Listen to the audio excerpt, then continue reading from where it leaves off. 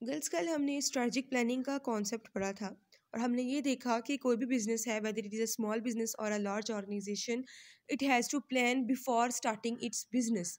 हम जो भी प्लानिंग कर रहे हैं, स्ट्रेटजिक प्लानिंग में मिशन सेट कर रहे हैं, ऑब्जेक्टिव्स बना रहे हैं, गोल सेट कर रहे हैं, वो सारी की सारी आपकी जो स्ट्रेटजिक प्लानिंग है वो आपके बिजनेस को स्टार्ट करने से पहले की जाती है। ठीक है, बिफोर स्टार्टिंग योर बिजनेस आप ये सारा कुछ सेट कर लेते हो।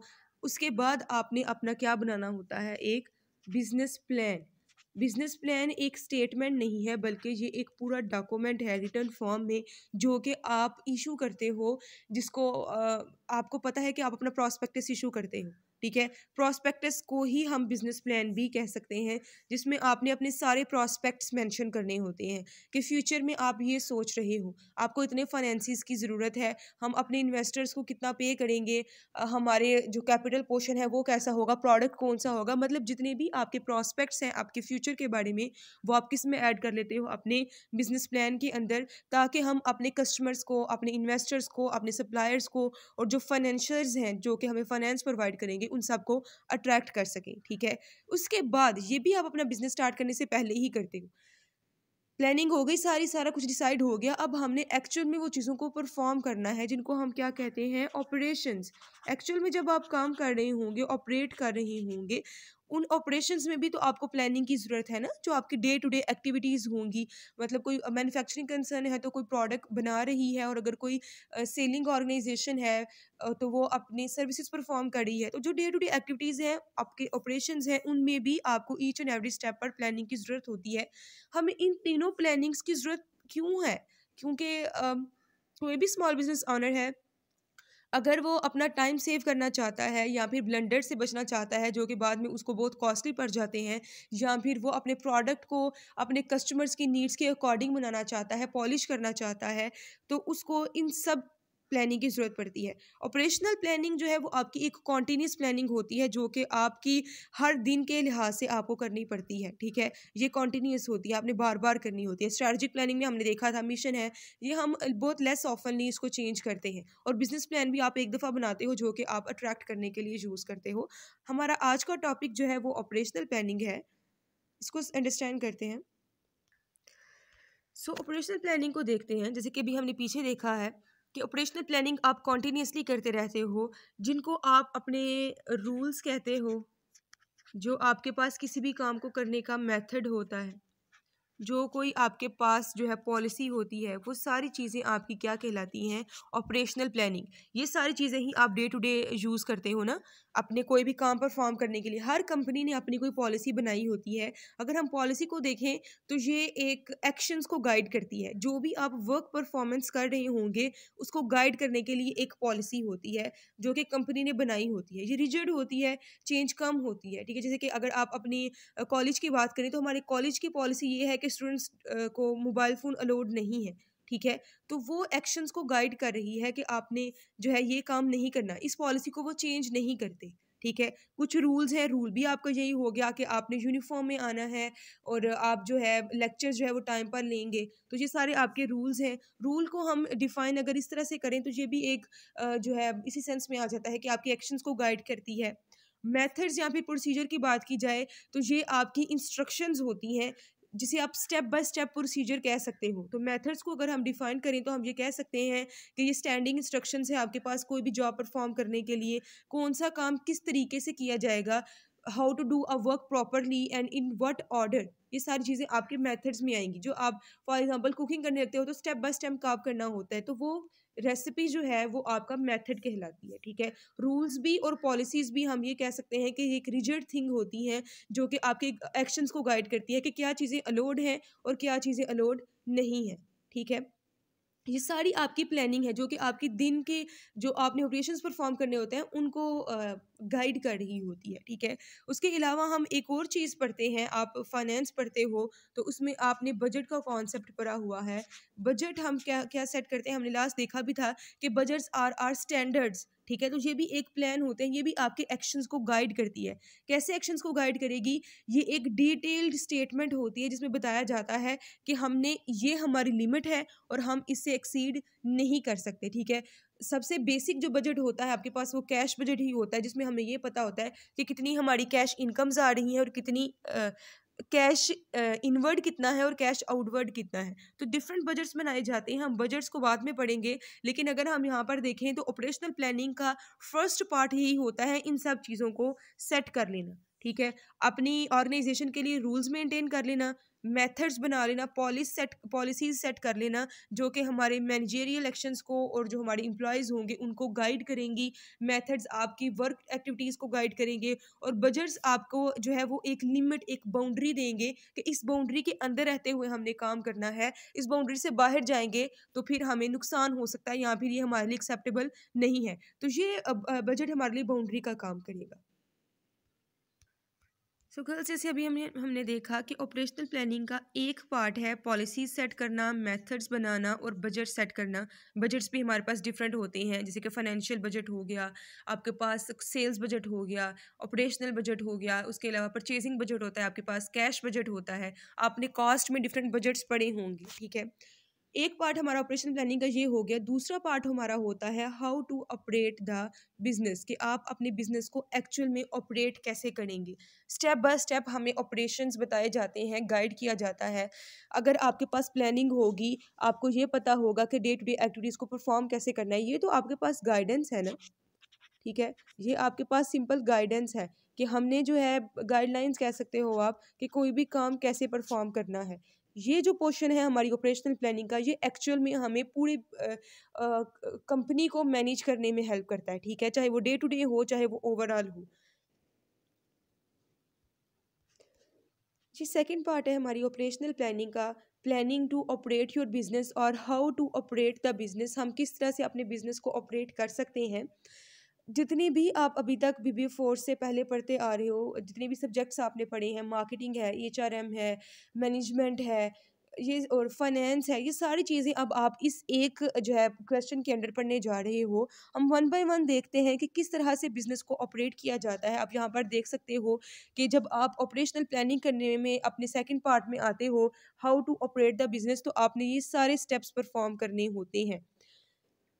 वन बाय वन हम पढ़ते जाते हैं और आप ये देखते जाओगे कि जितने भी आप पहले सब्जेक्ट्स पढ़ चुके हो, ये उन सब को एक क्वेश्चन में जो है हम देखते जा रहे हैं। पहले अगर हम लोकेशन चूज़ करने की बात करें, तो चाहे वो स्मॉल बिजनेस ऑनर है, चाहे वो बड़ी ऑर्गेनाइजेशन है, किसी भी बिजनेस के लिए लोकेशन बहुत ज़्यादा मैटर करती है। लोकेशन इतनी इम्पोर्टेंट क्यों है? क्योंकि जहाँ पर आपका बिजनेस होगा, वहाँ पर आपने अपने कस्टमर्स को अट्रैक्ट करना है, ठीक है। अगर कस्टमर्स वहाँ पर अवेलेबल हैं, देन ही वो आपसे प्रोडक्ट्स परचेज करें ना। तो जो भी लोकेशन हम अपने बिजनेस की डिसाइड करते हैं, हमने अप्रोच करना होता है अपने कस्टमर्स को। कस्टमर्स को कब अप्रोच करेंगे? जब हमारे पास कोई रॉ मटेरियल होगा। तो हमने ऐसी लोकेशन चूज़ करनी है जहाँ पर हमारे सप्लायर्स भी इंटरेक्ट कर सकें हमारे साथ भी और हम भी अपने सप्लायर्स को ढूंढ सकें, ठीक है। उसके अलावा ऐसी जगह जहाँ पर हमें अपने एम्प्लॉयज़ अवेलेबल हों, ठीक है। बहुत जो है वो क्वालिफाइड एम्प्लॉयज़ जहाँ पर हमारे पास अवेलेबल हों, ऐसी लोकेशन होनी चाहिए। उसके अलावा ऐसी लोकेशन हो जहाँ पर हमारे पास हर तरह की यूटिलिटी अवेलेबल हो, चाहे वो बिजली है, चाहे वो पानी है, चाहे वो गैस है, हर तरह की यूटिलिटी अवेलेबल होना ज़रूरी है, ठीक है। ऐसा इलाका होना चाहिए जहाँ पर ट्रांसपोर्टेशन सस्ती भी हो और ईज़ी भी हो। ट्रांसपोर्टेशन के हवाले से हम बिज़नेस के बारे में अगर पढ़ें, तो बिज़नेस का एक मेजर एक्सपेंस आ जाता है ये चीज़ों को एक जगह से दूसरी जगह ट्रांसफ़र करने में, ठीक है। तो ट्रांसपोर्टेशन एक बहुत ज़्यादा जो है इम्पोर्टेंट फैक्टर है आपकी लोकेशन की चॉइस का, कि ऐसी जगह हो जहाँ पर आपके लिए ट्रांसपोर्टेशन कॉस्ट कम आए। और एक और चीज़ है, एक ऐसी जगह होनी चाहिए, आपका बिजनेस ऐसी जगह पर लोकेट करता होना चाहिए जहाँ पर गवर्नमेंट के रूल्स एंड रेगुलेशंस जो हैं वो रिस्ट्रिक्शंस थोड़ी कम हो। मतलब आपने अपनी जोनिंग रिक्वायरमेंट्स को भी चेक करना है, ऐसा जोनिंग एरिया चूज़ करना है जहाँ पर आपके ऊपर टैक्सेस कम अप्लाई हों।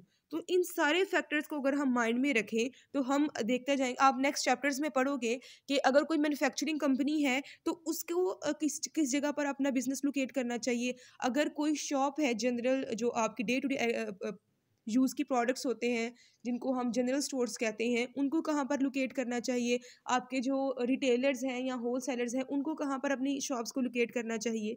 आपको पता है कि हॉस्पिटल एक ऐसी जगह पर होना चाहिए जहाँ पर पॉपुलेशन ज़्यादा है, जहाँ पर ट्रैफिक कम होती है, ठीक है। बैंक वगैरह जो है वो आप मेन सिटी में बनाते हो, आपके पास ये जो सर्विस ऑर्गेनाइजेशंस होती हैं ये 24 आवर्स अवेलेबल होती हैं। फैक्ट्रीज इस जगह पर बनाई जाती हैं जहाँ पर हमारे पास सप्लायर्स और एम्प्लॉयज़ जो हैं वो जल्दी जो है वो पहुँच सकते हों। तो हमने इन सब फैक्टर्स को देखना है और फिर अपनी लोकेशन को चूज़ करना है कि हमने अपने अगर मिशन को अचीव करना है बिजनेस के, तो हमारे पास राइट लोकेशन बहुत ज़्यादा ज़रूरी है, ठीक है। सेकंड स्टेप हम आ जाते हैं, जब आप अपनी बिजनेस की लोकेशन चूज़ कर लेते हो, then you have to choose among your planning your operations and physical facilities. As I have discussed before, physical facilities आपके टूल्स, इक्विपमेंट्स, मशीन्स, ये सारी चीज़ें होती हैं, ठीक है, जिसके थ्रू आप अपने प्रोडक्ट्स को मैन्युफैक्चर करते हो। किसी भी कंपनी की जो एबिलिटी है अपने प्रोडक्ट्स को बनाने की, वो किस पर बेस कर रही होती है, उसके फिजिकल फैसिलिटीज़ पर। आपके पास मशीन्स हैं, देन ही आप कोई प्रोडक्ट पर जो है वो बना सकते हो। प्रोडक्ट आप बनाओगे कब, जब आपके पास बजट्स वगैरह हों, ठीक है। आपको इस चीज़ का पता होना चाहिए, आपने कॉस्ट में डिफरेंट बजट्स पड़े होंगे। सबसे पहले जो बजट मेंटेन किया जाता है वो होता है सेल्स बजट, ठीक है। सेल्स बजट क्यों सबसे पहले मेंटेन किया जाता है, हम इसमें एस्टिमेट फोरकास्टिंग कर रहे हैं ना। Budgets basically are your forecast, जो आप अपने फ्यूचर में करने जा रहे होते हो। आप एक स्टैंडर्ड सेट कर रहे हो, एक बाउंड्री सेट कर रहे हो। तो सबसे पहला जो बजट किसी भी ऑर्गेनाइजेशन में पीरियड के स्टार्ट होने से पहले बनाया जाता है वो सेल्स बजट होता है। आप फोरकास्ट करते हो कि मैंने कितने प्रोडक्ट्स के यूनिट्स, जो भी मेरा प्रोडक्ट है उसके कितने यूनिट्स इस मंथ में या इस साल में सेल कर सकता हूँ, ठीक है, और किस प्राइस पर उसको सेल कर सकता हूँ। आप यूनिट्स को उसकी पर यूनिट प्राइस के साथ मल्टीप्लाई करते हो, आपके पास टोटल अमाउंट आ जाती है कि इस पीरियड के एंड पर मुझे इतनी सेल्स की अमाउंट इकट्ठी होगी, ठीक है। तो ये जो यूनिट्स हैं कि मैं इतने प्रोडक्ट्स जो है वो सेल कर सकता हूँ। आप सेल कब कर सकते हो, जब आप उनको क्या करोगे, उनकी प्रोडक्शन करोगे, ठीक है। तो सबसे पहला जो हम बजट बनाते हैं वो सेल्स बजट बनाते हैं। सेल्स बजट बनाने के बाद आपने अपने फिजिकल फैसिलिटीज़ को देखना होता है कि जितने मैंने यूनिट्स अगर बनाने हैं, जितने मैंने यूनिट्स प्रोड्यूस करने हैं, उनके लिए मुझे कितनी मशीन्स, कितने टूल्स की ज़रूरत है। अगर फॉर एग्जांपल हम सेल्स बजट नहीं बनाते, तो आप अपने प्रोडक्ट्स जो है उनको प्रोड्यूस करते जाते हो, करते जाते हो, करते जाते हो, मतलब आपके पास जो कैपेसिटी है, जो आपकी आउटपुट है वो बढ़ती जाएगी, ठीक है। आपको नहीं पता कि आपने कितने प्रोडक्ट सेल करने हैं। आप क्या करते जाते हो, अपनी कैपेसिटी, अपनी आउटपुट को इंक्रीज करते जाते हो। होता तो यही है ना कि अगर जनरल कॉन्सेप्ट देखा जाए, जिन्होंने फाइनेंस नहीं पढ़ा हुआ या आप जिनको बिजनेस की नॉलेज नहीं है, वो यही कहेंगे कि हमने मैक्सिमम प्रोडक्ट्स को प्रोड्यूस करना है। और अगर आपको मार्केटिंग का एक कॉन्सेप्ट याद हो, तो प्रोडक्शन कॉन्सेप्ट अब हम यूज़ नहीं कर सकते, अब हम यूज़ करते हैं मार्केटिंग कॉन्सेप्ट, ठीक है। कि हमारा मकसद ज़्यादा प्रोडक्शन करना नहीं है, बल्कि अपने कस्टमर्स की नीड्स के अकॉर्डिंग प्रोडक्ट बनाकर उनको सेल करना है, ठीक है। तो अगर कोई भी कंपनी सेल्स बजट नहीं बनाती और अपनी कैपेसिटी को इंक्रीज करती जाती है, तो उसकी अगर वो प्रोडक्ट सेल नहीं होते तो उसकी इन्वेंट्री इंक्रीज होती जाएगी, ठीक है। उसके पास जो है अगर इन्वेंट्री इंक्रीज हो गई है, सेल्स नहीं हो रहे, आपके प्रोडक्ट आपके पास पड़े रह रहे हैं, आपके वेयर हाउस में ही हैं वो, तो वो इन्वेंट्री जो है पुरानी होती जाएगी। जैसे जैसे टाइम गुजरता जाएगा आपकी वो इन्वेंट्री ऑब्सोलीट हो जाएगी, पुरानी हो जाएगी। और जब वो ऑब्सोलीट हो जाती है तो फिर उसको कम प्राइस पर आपको सेल करना पड़ता है, ठीक है। तो all I want to discuss here that there should be a cooperation between your production and your sales. Your production should be equal to your sales for the given period. It means कि अगर आप बहुत ज़्यादा production कर देते हो तो आपकी कंपनी की कॉस्ट इंक्रीज़ होगी, और अगर आप बहुत कम प्रोडक्शन कर रहे हो और आपकी जो है वो कस्टमर्स आपके प्रोडक्ट की डिमांड करते जाते हैं, तो फिर आपके पास वो प्रोडक्ट्स अवेलेबल नहीं होंगे, ठीक है। आपकी सेल्स जो हैं वो रिड्यूस होती जाएंगी, ठीक है। इसलिए हमारी सेल्स में जितने प्रोडक्ट्स आपने एक पीरियड के लिए सेल करने हैं उनमें, और आपने जितने प्रोडक्ट्स प्रोड्यूस करने हैं उनमें आपकी क्या होनी चाहिए, एक इक्विलिब्रियम होना चाहिए, दोनों में कोऑर्डिनेशन होनी चाहिए। चाहिए, ठीक है, दोनों का इक्वल होना ज़रूरी है। इसलिए हम क्या करते हैं, सेल्स बजट बनाते हैं। और मैंने कहा सेल्स बजट बनाने के बाद आप ये देखते हो कि जितने हमने प्रोडक्ट्स को प्रोड्यूस करना है या फिर जितने प्रोडक्ट्स हम सेल करेंगे उनके लिए हमें कितनी फिजिकल फैसिलिटीज़ रिक्वायर्ड है, कितने टूल्स, कितनी मशीन्स रिक्वायर्ड है। दूसरी चीज़ जहाँ पर हम जो देखते हैं वो ये होती है कि जितने हमने प्रोडक्ट्स प्रोड्यूस करने हैं उनके लिए जितनी हमें फैसिलिटीज़, मशीन्स या फिर एसेट्स रिक्वायर्ड है वो हम परचेज़ करें या फिर हम लीज़ पर करें, ठीक है। जो यहाँ पर क्वेश्चन है हमारे लिए कि परचेज़ करेंगे तो आपको जो है उसके अंदर क्या करनी पड़ेगी, इनिशियल इन्वेस्टमेंट। अगर आपने फाइनेंस में चैप्टर पढ़ा है इनिशियल इन्वेस्टमेंट का तो आपको पता होगा इनिशियल इन्वेस्टमेंट जो कि आपने उस एसेट को परचेज करने के लिए पैसा पे करना है, ठीक है। दूसरी साइड पे अगर आप लीज में आ जाएं तो आपने सिर्फ और सिर्फ लीज रेंटल्स पे करने हैं वहाँ पर, ठीक है। जब आपको वो वाला प्रोडक्ट यूज़ नहीं करेंगे आप, जब आपका टूल आपके यूज़ में नहीं होगा तो आप उसको रिटर्न कर सकते हैं। तो कुछ प्रोडक्ट्स ऐसे होते हैं जिनको आपको परचेज करना ही पड़ता है, ठीक है, क्योंकि आपको पता है कि मेरा सारा काम इसी पर बेस करता है और मैं उसको लीज पर नहीं ले सकता। लेकिन कुछ चीज़ें ऐसी होती हैं, कुछ टूल्स ऐसे हैं जो अगर आप लीज पर ले लें तो आपके लिए ज़्यादा बेटर है। एग्जाम्पल यहाँ पर आप टाइप राइटर की जो है या फिर प्रिंटर्स की ऐड कर सकते हो। आप देखते हो कि प्रिंटर्स हैं या टाइप राइटर्स हैं उनमें आए दिन नई नई इनोवेशंस आती हैं, नई नई कैपेबिलिटीज़ वो अंदर ऐड करते जाते हैं, नए नए फीचर्स आते रहते हैं।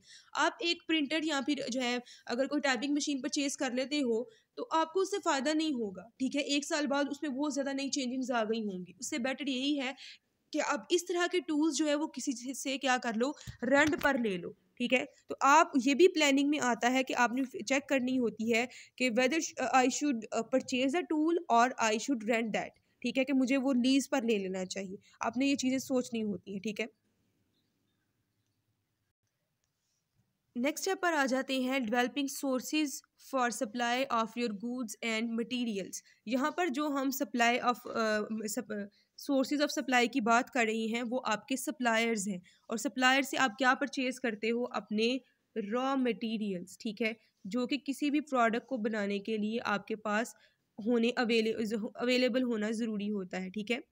रॉ मटेरियल्स इतने ज़्यादा क्यों ज़रूरी है कि आपने कोई भी प्रोडक्ट बनाना है, रॉ मटेरियल है, इनपुट्स हैं, देन ही आप उसको प्रोड्यूस कर सकते हो ना। और गर्ल्स आपने सीजीएस स्टेटमेंट बहुत दफ़ा बनाई होगी। सीजीएस स्टेटमेंट के देखा जाए तो 3 पोर्शंस होते हैं, direct material, direct labour and FH. तो डायरेक्ट मटेरियल अगर आप देखते हो तो जब भी आप डायरेक्ट मटेरियल कैलकुलेट करते हो आपके टोटल सीजीएस का मोर देन 50% जो है वो क्या होते हैं, डायरेक्ट मटेरियल्स होते हैं। टोटल आपको एक प्रोडक्ट को बनाने पर जो कॉस्ट आती है सीजीएस उसका 50% से भी ज़्यादा होता है, किसका पोर्शन, डायरेक्ट मटेरियल का। डायरेक्ट लेबर जो है वो भी ज़्यादा होती है लेकिन मटेरियल्स की कॉस्ट सबसे ज़्यादा है।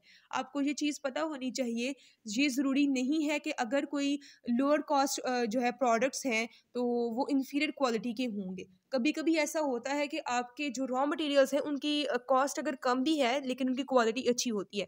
आपको ये भी पता होना चाहिए कि स्मॉल बिजनेस ओनर्स हैं, they can not compete on the basis of the prices but they can compete on the basis of their quality, their design, their services. इसीलिए वो कभी भी अपने जो रॉ मटेरियल्स हैं उन पर कॉम्प्रोमाइज़ नहीं कर सकते, ठीक है। तो उनको अपने रॉ मटेरियल्स, अपने सप्लायर्स बहुत ध्यान से चूज़ करने होते हैं क्योंकि एक चीज़ तो यही है कि उनके टोटल कास्ट का 50% से ज़्यादा है वो रॉ मटेरियल्स का आएगा। तो वो ध्यान से चूज़ करें, ऐसे रॉ मटेरियल्स चूज़ करें जिनकी कॉस्ट भी कम हो, जिनकी क्वालिटी भी अच्छी हो, ठीक है। और दूसरी चीज़ साइड पर अगर हम स्मॉल बिजनेस ऑनर्स के हिसाब से देखें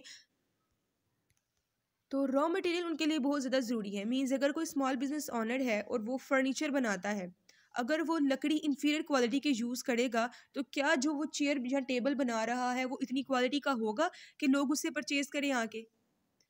वो कभी भी परचेज नहीं करेंगे। अगर जो आपके इनपुट्स होते हैं, जो आपके रॉ मटेरियल्स होते हैं, जो आपकी सप्लाईज होती हैं, अगर हम मैन्युफैक्चरिंग कंसर्न्स की बात करें तो रॉ मटेरियल्स या इनपुट्स कहेंगे। और अगर हम जो है वो रॉ जो रिटेलिंग ऑर्गेनाइजेशंस होती हैं, होलसेलर्स, रिटेलर्स होते हैं, अगर उनकी बात करें तो उनके लिए वो सप्लाईज कहलाते हैं, ठीक है।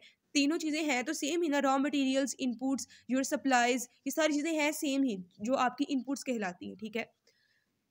आप कोई भी प्रोडक्ट बनाते हो, फॉर एग्जांपल मैंने वही फर्नीचर की ही एक बात करें, आप अगर इन्फीरियर क्वालिटी का लकड़ी यूज़ करोगे तो आपका फर्नीचर चाहे आप जितनी मर्जी अच्छी डिज़ाइनिंग कर लो उसकी, दिखने में वो अच्छा होगा लेकिन उसकी क्वालिटी अच्छी नहीं होगी। तो स्मॉल बिजनेस ऑनर चूंकि वो compete ही क्वालिटी की बेस पर करते हैं, इसलिए उनको अपने सप्लायर्स जो हैं, जो उनके पर्सनस होते हैं, उनको बहुत ज़्यादा ध्यान से चूज़ करना चाहिए।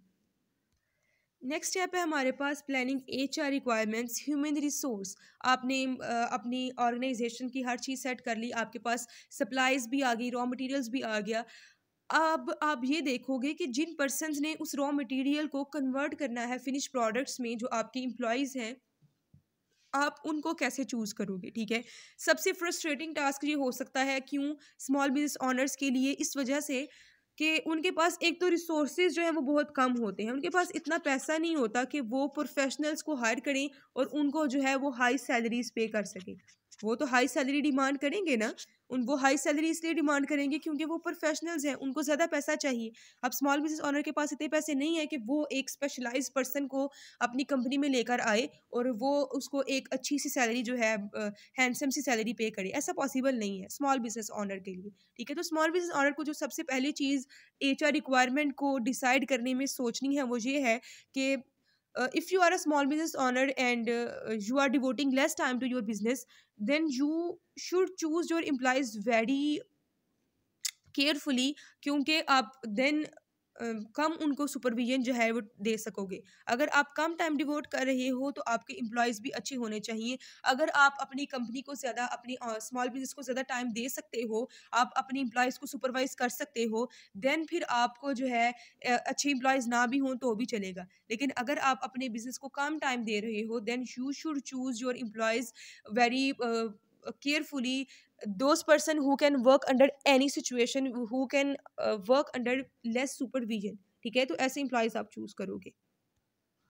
नेक्स्ट हमारे पास आता है setting up legal and organizational structure. आपकी कंपनी का स्ट्रक्चर कैसा होना चाहिए, इसको हम ये भी कह सकते हैं फॉर्म्स ऑफ ऑर्गेनाइजेशन। आपको ये पता है कि हमारे पाकिस्तान में हमने जो पढ़ी हैं वो होती है स्मॉल बिजनेस, जिसको हम कहते हैं, और अगर हम दूसरे वर्ड्स में देखें तो हम इसे कहते हैं सोल प्रोप्राइटरशिप, ठीक है। ये क्या कहलाता है, फर्स्ट सोल प्रोप्राइटरशिप, ठीक है। दूसरा क्या हो सकता है आपके पास, पार्टनरशिप, ठीक है। और तीसरी आपके पास कॉरपोरेशन, या फिर क्या कहलाती है, कंपनी कहलाती है। ये होती है आपकी ऑर्गेनाइजेशन का स्ट्रक्चर। अगर पाकिस्तान में देखा जाए या फिर जनरली देखा जाए तो ये आपकी कंपनी का या आपकी ऑर्गेनाइजेशन का स्ट्रक्चर चूज़ कर सकते हैं आप, ठीक है। यहाँ पर ये डिसाइड किया जाता है इस स्टेप में कि आपने किस तरह का स्ट्रक्चर चूज़ करना है। आप स्ट्रक्चर चूज़ करने में क्यों इतना जो है वो ध्यान दे रहे हो, क्योंकि अगर आप सोल प्रोप्राइटर हो तो आपको ये देखना चाहिए कि मुझे मैनेजमेंट स्ट्रक्चर में बाद में जाकर बहुत ज़्यादा जो है ना वो प्रॉब्लम्स हो सकती हैं, क्योंकि सोल प्रोप्राइटर है या फिर अगर आपका स्मॉल बिजनेस ऑनर है तो आप ही ऑनर हैं, आप ही मैनेजर हैं, बस आपके पास डिफरेंट एम्प्लॉयज़ हैं। तो वहाँ पर आपका बॉस जो है बॉस रिलेशनशिप होगा, बॉस एंड एम्प्लॉय का, ठीक है। उसके अलावा कोई दूसरा रिलेशन हो ही नहीं सकता। क्यों नहीं हो सकता, क्योंकि आपके पास मैनेजर्स नहीं है जो कि आपके बिजनेस को ऑपरेट कर सके। तो यहाँ पर आप देख सकते हो कि एक पर्सन बॉस है, बाकी सारे उसके एम्प्लॉयज़ हैं। अगर सोल प्रोप्राइटरशिप या फिर आप स्मॉल बिजनेस को चूज़ कर रहे हो तो उस केस में आपका जो इन्वायरमेंट है वो इतना रिजिड नहीं होना चाहिए। अगर आपका इन्वायरमेंट फॉर्मल होगा, रिजिड होगा, तो आपके एम्प्लॉयज़ आपको छोड़कर जा सकते हैं, ठीक है। तो स्मॉल बिजनेस ऑनर्स के लिए क्या ज़रूरी है कि अपना अनफॉर्मल सा और जो है एक स्मूथ सा रिलेशन रखें अपने एम्प्लॉयज़ के साथ, क्योंकि उसका जो टिपिकल ऑर्गेनाइजेशनल पैटर्न है वो यही है कि बॉस और एम्प्लॉय का रिलेशन है, और बॉस एंड एम्प्लॉय का रिलेशन अगर होगा तो वो अनफॉर्मल होना ज़रूरी हो जाता है। पार्टनरशिप्स का आपको पता है कि डिफरेंट पर्सन्स मिलकर काम करते हैं, प्रॉफिट्स एंड लॉसेस को जो है आपस में डिस्ट्रीब्यूट करते हैं, ठीक है, शेयर करते हैं।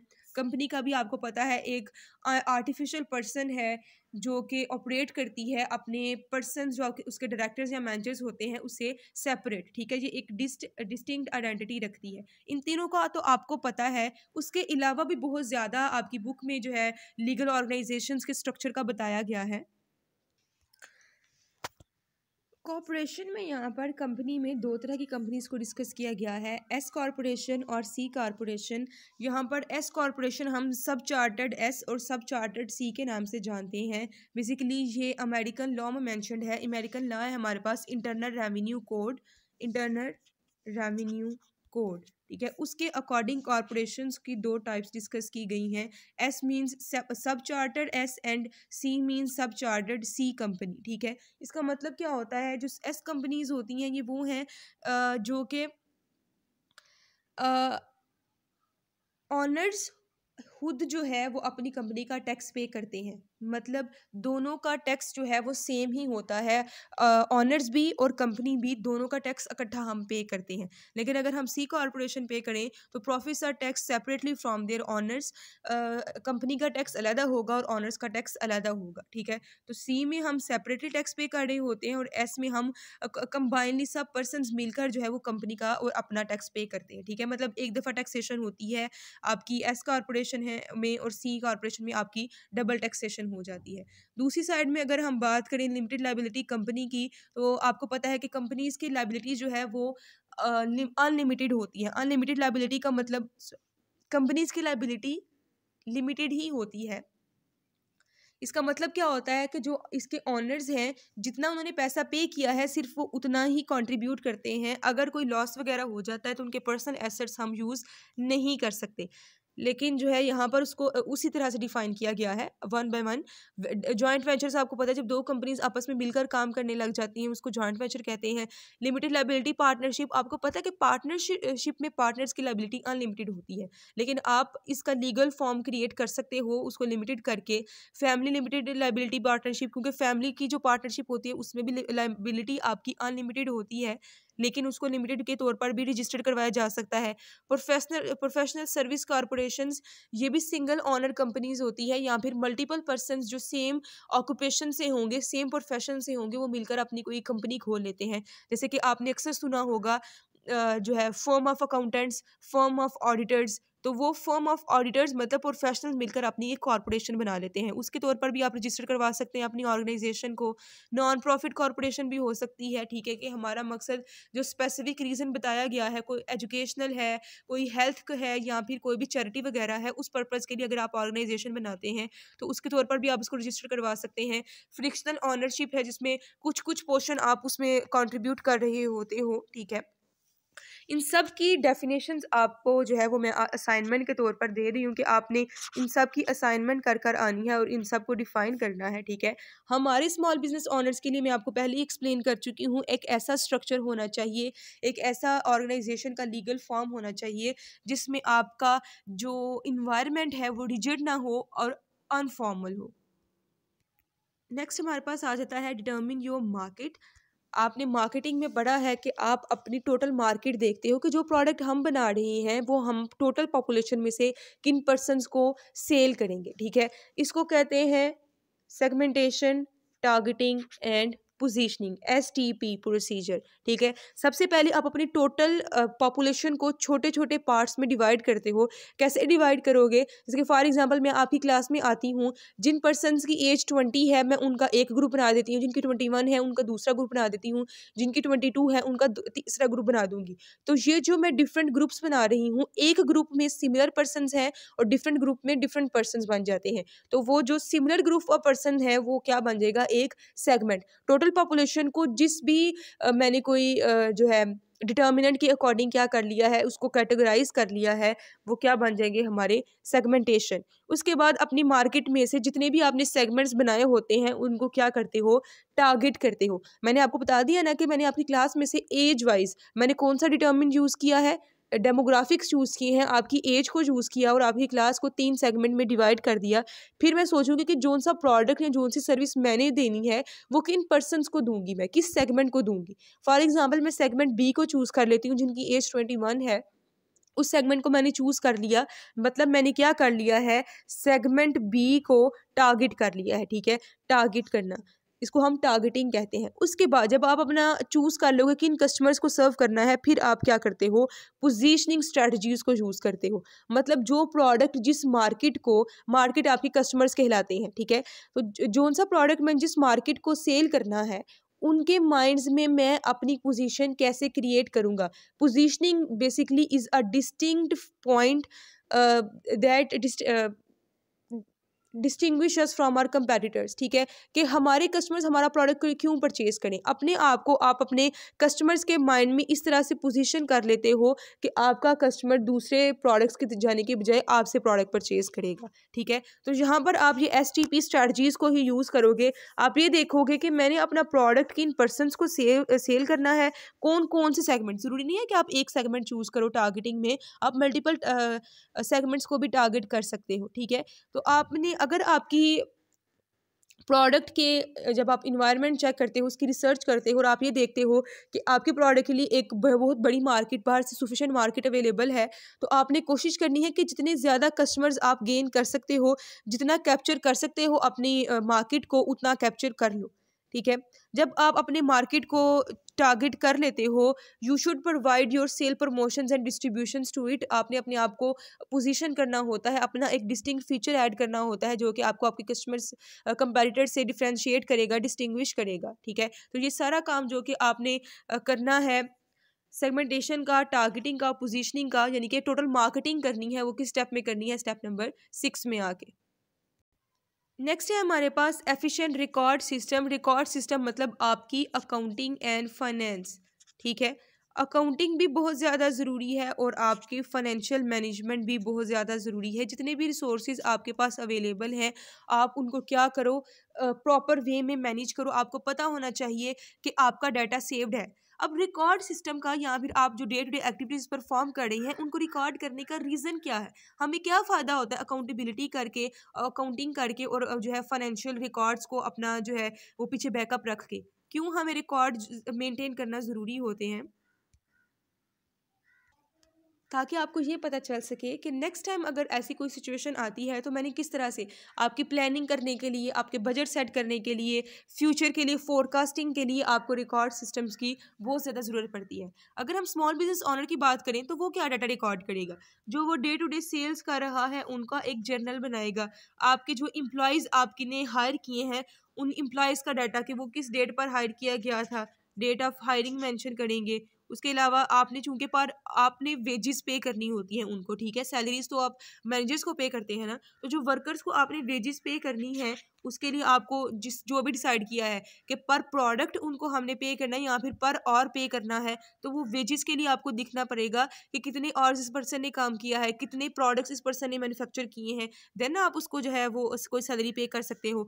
आपने अपनी इन्वेंट्रीज का रिकॉर्ड मेंटेन करना होता है। इन्वेंट्रीज जो आपके पास रॉ मटेरियल्स हैं, आपके पास सप्लाईज हैं, या फिर आपके पास जो फिनिश प्रोडक्ट्स हैं, उनका ट्रैक रखना आपके लिए बहुत ज़्यादा ज़रूरी है कि कितने प्रोडक्ट्स बनाए थे, कितने वेयर हाउस में डाले थे, कितने उससे बाहर निकाल के हमने उसको जो है वो पब्लिश किया था, उनको सेल किया था, ठीक है। इशू करवाते हो ना आप इन्वेंट्री, तो आपने इन्वेंट्री बाहर निकवाली रॉ मटेरियल से और उसको जो है वो इशू किया, और कितने आपके प्रोडक्ट सेल हुए, उसका ट्रैक रखना आपके लिए बहुत ज़्यादा ज़रूरी है।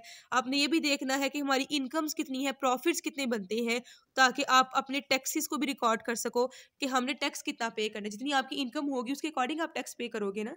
तो आप ये सारा जो है वो रिकॉर्ड मेंटेन करते हो, और आपके स्मॉल बिजनेस के लिए सारा रिकॉर्ड मेंटेन करना बहुत ज़्यादा ज़रूरी होता है।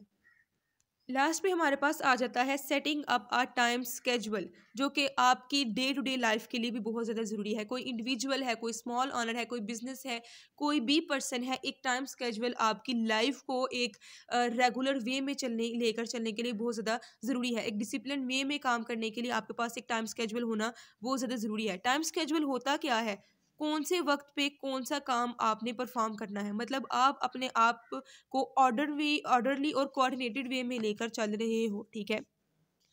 आप अपनी सारी प्लानिंग करोगे, स्टेप्स लिखोगे, जैसे कि हमने मेथड्स प्रोसीजर्स लिखा।